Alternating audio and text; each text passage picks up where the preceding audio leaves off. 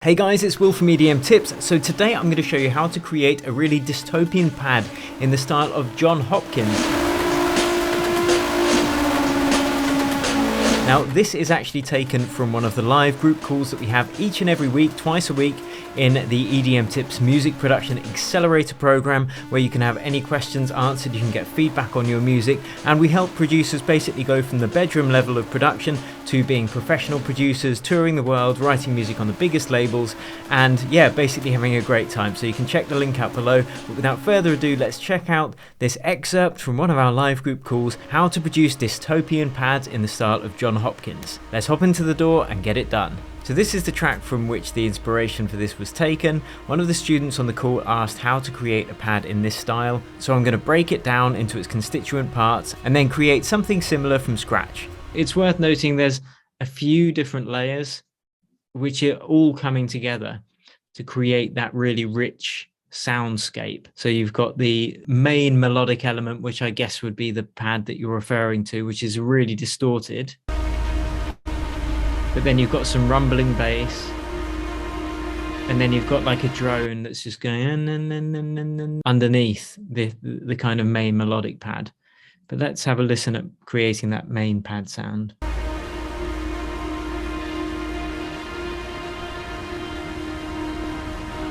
Yeah, so the key elements there, loads of reverb, loads of distortion, and then a bunch of filter automation as well. So, you know, there are probably some better synths than Serum that I would recommend for this, but I'm going to show it in Serum because it's the simplest in terms of routing. So let's again start something from scratch and just think about everything that I've just mentioned in the process, which is, you know, determining the main elements, which is the distortion, the movement, the reverb, and the filter. So let's create some, you know, minor sounds and think, okay, it's a pad, so you need lots of sustain, probably some release so they can blend into each other, bit of attack so it doesn't come in straight away.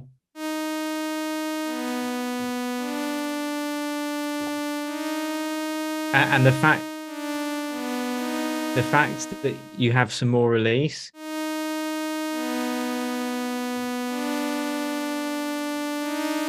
is going to create those kind of dissonant vibes already. And we've literally just played with the ADSR, and you've already got that kind of dystopic feel because you're getting the notes kind of clash with each other when it's being released. So now let's kind of get onto the juicy stuff, if you will. Now in this instance I would have the filter before the distortion, because even when it's low down like this, and let's add some LFO just to kind of get stuff moving straight away.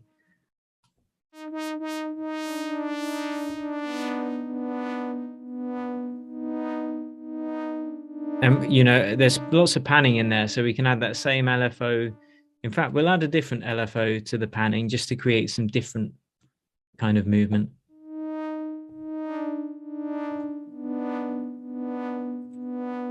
And then let's add a bunch of distortion, because that's really where the energy, that's really where that sound is going to start coming alive.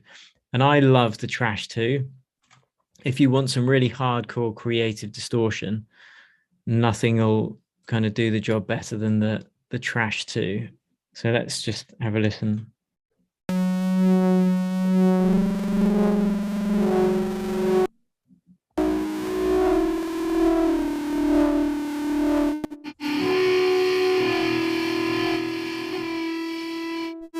So you're already creating something that Satan himself would be pleased with. And then it would be a case of adding some reverb to that. So I'd probably do it on the aux channel, because when you're working with a sound like this, you know, Satan sound, if you will, you know, there's going to be a lot of low end in the reverb. So you need to grab control of that.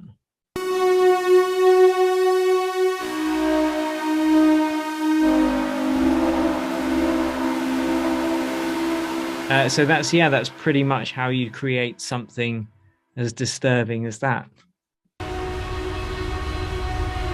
And and then layer it with those other couple of layers I mentioned. Anything you'd add to that, Neil? No, that's that's spot on. I mean, I think in the end, a lot of it's going to just come down to browsing different like distortion style presets and finding whichever one suits you best. But yeah, that's exactly it. For sure. Yeah, and Trash 2 has got some great presets. So there you go, guys, just a short, sweet little excerpt from one of our live group calls from the Accelerator. I hope you enjoyed this, and if you do want more in-depth music production coaching, some one-on-one calls together, weekly feedback on your music, and a clear road path of what you should be focusing on, then check out the Accelerator below this video. And also, can you follow me on Instagram, because I post more stuff there every day. Thanks for watching, and until next time, cheers and happy producing.